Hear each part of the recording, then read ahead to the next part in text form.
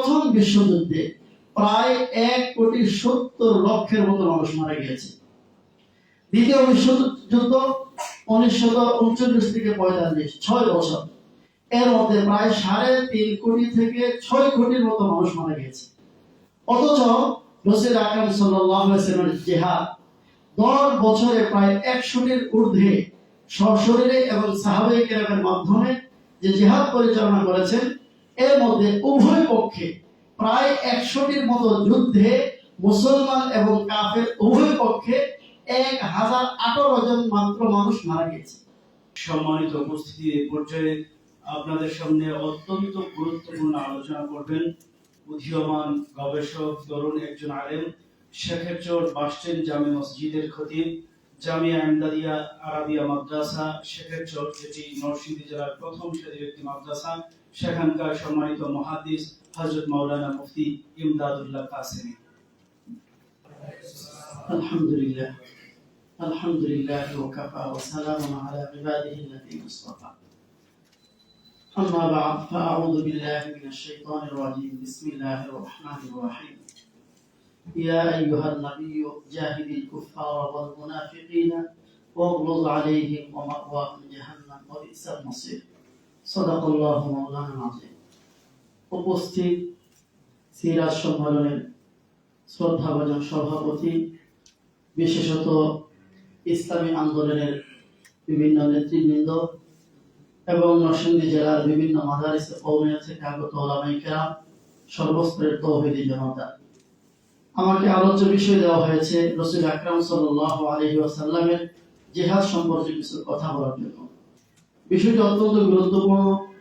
বর্তমান সময়ে জিহাদকে নিয়ে যে পরিমাণ বিশুদ্ধতা ছড়ানো হচ্ছে, এই বিষয়ে গুরুত্বের সাথে দীর্ঘ সময় আলোচনা করলে আমাদের কাছে পরিষ্কার হবে যে রাসূল আকরাম সাল্লাল্লাহু আলাইহি ওয়াসাল্লামের এই জিহাদই একমাত্র বর্তমান সমস্যার সবচেয়ে বড় সমাধান। আজকে জিহাদকে সন্ত্রাস হিসেবে আখ্যা দেওয়া হয়েছে এবং সর্বস্তরে রাসূলের এই পবিত্র জীবনের একটি অবিচ্ছেদ্য অংশ। প্রায় 100-টির মতো যুদ্ধ সশরীরে এবং সাহাবায়ে কেরামের মাধ্যমে যে যুদ্ধগুলো পরিচালনা করেছেন, সবগুলোর বিস্তারিত বিবরণ দেওয়া এখন সময় নয়। শুধু দুইটি পয়েন্ট আপনাদের খেদমতে বলবো।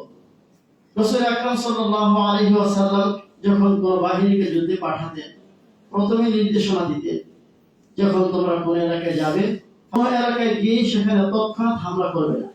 প্রথমত তাদেরকে শাহাদা আল্লাহ ইলাহা ইল্লাল্লাহ আহ্বান জানাবে। যদি তারা ঈমান আনয়ন করে, তাহলে জিহাদ থেকে, যুদ্ধ থেকে বিরত থাকবে। বোঝা গেল শুধু রক্তপাত ঘটানো, মানুষকে হত্যা করে জিহাদের উদ্দেশ্য নয়। এরপরে নবীজি বলে দিতেন, সেখানে যাওয়ার পরে কোনো শিশুকে হত্যা করবে না, কোনো নারীকে হত্যা করবে না, কোনো ধর্মাবলম্বী মানুষ অন্য ধর্মের কোনো পুরোহিত যদি যুদ্ধে না আসে তাকে হত্যা করবে না, কোনো ফলদার বৃক্ষ কাটবে না, সেখানে অযথা কোনো ত্রাসের সৃষ্টি করবে না। এতে বোঝা যায় রাসূল আকরাম সাল্লাল্লাহু আলাইহি ওয়াসাল্লামের এই জিহাদ ছিল শুধুমাত্র অন্যায়ের বিরুদ্ধে ন্যায় প্রতিষ্ঠার লক্ষ্যে। অল্প সময়ের জন্য যদি বলতে চাই, এই পৃথিবীতে হক এবং বাতিলের দ্বন্দ্ব জীবন্ত। যুগের পর যুগ আমরা লক্ষ্য করেছি, যারা ইসলামের দুশমন বেদিন কাফের, এরা সারা পৃথিবীতে যত্র যুদ্ধ পরিচালনা করেছে। কিন্তু এই সকল যুদ্ধগুলো যদি আমরা সামান্য সময়ের জন্য চিন্তা করি, এর দ্বারা বিশ্ব মানবতার কি উপকার হয়েছে? অতি সংক্ষেপে বললে 1914 থেকে 1918 প্রথম বিশ্বযুদ্ধ যারা করেছে তারা ইহুদি এবং খ্রিস্টান। এবং সিরাতে নবী রহমতের মধ্যে সৈয়দ আবুল হাসান আলী নদভী রহমতুল্লাহ লিখেছেন, কতজন? 1018 যুদ্ধ হয়েছে। কতটি? প্রায় 100-র মতো। পক্ষান্তরে প্রথম বিশ্বযুদ্ধ, দ্বিতীয় বিশ্বযুদ্ধে প্রায় 7 কোটির উপরে মানুষ মারা গেছে।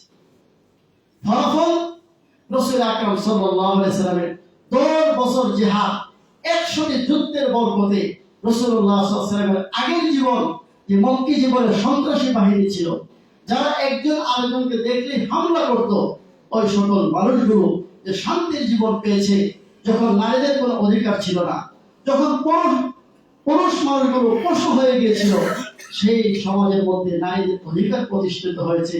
শুধু ইয়ামান থেকে, সানা থেকে একজন নারী আল্লাহর ভয় ছাড়া আর কোনো ভয় তার দিলের ভিতরে থাকতো না। সেখান থেকে সে মক্কা এসে হজ করে বাড়িতে চলে যেত। রেখেছে যে সাম্য, যে নীতি, যে ইনসাফ, যে নারীর অধিকার প্রতিষ্ঠা হয়েছে 10 বছর জিহাদের ভিতরে। একমাত্র ইসলামই এই উপহার দিতে পেরেছে। পৃথিবীর কোনো ধর্ম, কর্ম, কোনো নীতি, কোনো আদর্শ এইটা প্রতিষ্ঠা করতে সক্ষম হয়নি। রাসূল আকরাম সাল্লাল্লাহু আলাইহি ওয়াসাল্লামকে আল্লাহ রাব্বুল আলামিন বলেছেন, হে নবী, আপনি জিহাদ করুন 2 শ্রেণীর বিরুদ্ধে, জাহিলিল কুফার, কাফেরদের বিরুদ্ধে জিহাদ করুন। আল্লামা সৈয়দী রাহিমাহুল্লাহ বলেছেন, জাহিলিল কুফার বিসাইফ, কাফেরের বিরুদ্ধে জিহাদ হবে তরবারির মাধ্যমে। ওয়াল মুনাফিকিন, আর মুনাফিকদের বিরুদ্ধে জিহাদ হবে বিল হুজ্জা, দলিল প্রমাণের মাধ্যমে। আমরা দেখতে পাচ্ছি আমাদের দেশে আমরা যে জিহাদ করতে যাই, আমাদের মোকাবেলায় কিন্তু কাফের নেই। বাংলাদেশের মধ্যে আমরা যাদের বিরুদ্ধে জিহাদ করার বর্তমানে প্রয়োজন, আমাদের মোকাবেলায় কাফের নেই।